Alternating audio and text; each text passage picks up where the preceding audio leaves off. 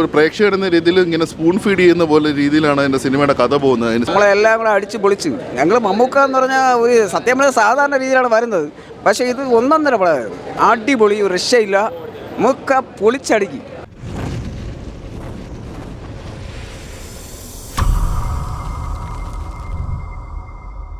കിടുപടം, super. Mammukka പൊളിച്ചടുക്കി.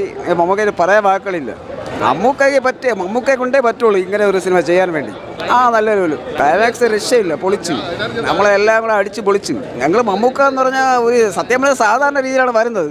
പക്ഷേ ഇത് ഒന്നൊന്നര പടം അടിപൊളി, രക്ഷയില്ല, മുക്ക പൊളിച്ചടുക്കി.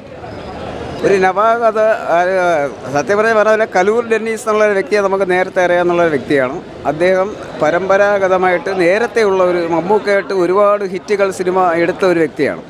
അപ്പോൾ അദ്ദേഹത്തിൻ്റെ മകൻ പതിറ്റാണ്ടുകൾക്ക് ശേഷം മമ്മൂക്കയെ വെച്ച് സംവിധായകനാകുമ്പോൾ അതിൻ്റെ നായകൻ മമ്മൂക്ക എന്നുള്ളത് നമുക്ക് ഏറ്റവും വലിയ അഭിമാനമാണ്.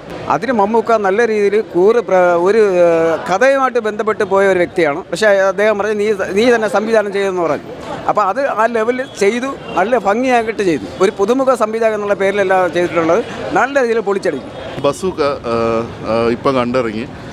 സിനിമയെക്കുറിച്ചുള്ള എൻ്റെ അഭിപ്രായം പറയുകയാണെങ്കിൽ സിനിമയുടെ ഫസ്റ്റ് ഹാഫ് നല്ല രീതിയിൽ ലാഗ് അടുപ്പിച്ചിട്ടുണ്ട് കേട്ടോ. നല്ല രീതിയിൽ അത് തുറന്നു പറയാൻ തന്നെ വേണം. കാരണം ഇങ്ങനെ നമുക്ക് ഒരു പ്രേക്ഷകർ എന്ന രീതിയിൽ ഇങ്ങനെ സ്പൂൺ ഫീഡ് ചെയ്യുന്ന പോലെ രീതിയിലാണ് എൻ്റെ സിനിമയുടെ കഥ പോകുന്നത്. അതിൻ്റെ സിനിമയുടെ കഥ മെയിൻ പ്ലോട്ടിലേക്ക് എത്താൻ തന്നെ കുറേ സമയം എടുക്കുന്നുണ്ട്. അത് അങ്ങനെ തന്നെ വലിച്ചു നീട്ടി നല്ലൊരു എഴച്ചിൽ ഫീൽ ആവുന്നുണ്ടായിരുന്നു. പിന്നെ സെക്കൻഡ് ഹാഫിലേക്ക് എത്തുമ്പോഴത്തേക്കും പിന്നെ വീണ്ടും ആ ഒരു സെയിം പ്ലോട്ടിൽ തന്നെ പോവുകയാണെങ്കിലും അവസാനം പിന്നീട് അങ്ങോട്ട് സിനിമയുടെ ഗ്രാഫ് അങ്ങ് കയറുകയാണ്. പിന്നീട് നമ്മൾ വിചാരിക്കുന്ന പോലെ ചേട്ടാ ഇത് അങ്ങനെയല്ലല്ലോ, ഇതിങ്ങനെയാണല്ലോ എന്നുള്ളൊരു റിയലൈസേഷൻ. സിനിമ ഒരു വ്യത്യസ്ത രീതിയിലുള്ളൊരു പ്രമേയത്തിലൂടെയാണ് സിനിമ കടന്നു പോകുന്നത്.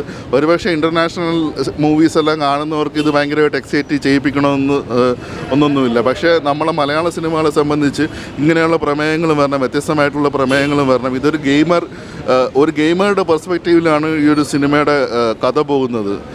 പ്രത്യേകിച്ച് പറഞ്ഞു കഴിഞ്ഞാൽ കുറച്ച് കുറ്റകൃത്യങ്ങൾ ഒരു നഗരത്തിൽ നടക്കുന്നു, അതും പറഞ്ഞറിയിച്ചുകൊണ്ട് തന്നെ നടക്കുന്നു, ഓരോരോ ഹിൻ്റ് കൊടുത്തുകൊണ്ട് തന്നെ നടക്കുന്നു. അതെങ്ങനെ ഒരു റിസോൾവ് ചെയ്യുന്നു എന്നുള്ള രീതിയിലാണ്. ഇനി സിനിമയുടെ ഹൈലൈറ്റ് എന്ന് പറയുന്നത് സിനിമയുടെ ക്ലൈമാക്സ് പോർഷനാണ്. ക്ലൈമാക്സ് പോർഷൻ എന്ന് പറയുമ്പോഴത്തേക്കും അതൊരു ടിസ്റ്റോ 2 ടിസ്റ്റോ അങ്ങനെയല്ല. കുറച്ച് നേരത്തേക്ക് ഒരു 15-20 മിനിറ്റ് നേരത്തേക്ക് നമ്മുടെ ആ ഒരു സിനിമയുടെ തന്നെ ഗ്രാഫ് അതുവരെ കൊണ്ടുവരുന്ന ഗ്രാഫിനെ ഇടിച്ച് കുത്തി കയറ്റി മേലെ ആക്കുന്ന രീതിയിലാണ് സിനിമയുടെ പിന്നെ ഗ്രാഫ് പോകുന്നത്. മമ്മൂട്ടി എന്ന നടന് ഇത് ഒരിക്കലും ഒരു ചാലഞ്ചിങ് ആയിട്ട് റോളല്ല. പുള്ളിക്ക് ഇതൊരു കേക്ക് വാക്ക് പോലത്തെ ഒരു റോളായിരുന്നു. അപ്പോൾ പുള്ളി അത് മനോഹരമായിട്ട് തന്നെ ചെയ്തിട്ടുണ്ട്.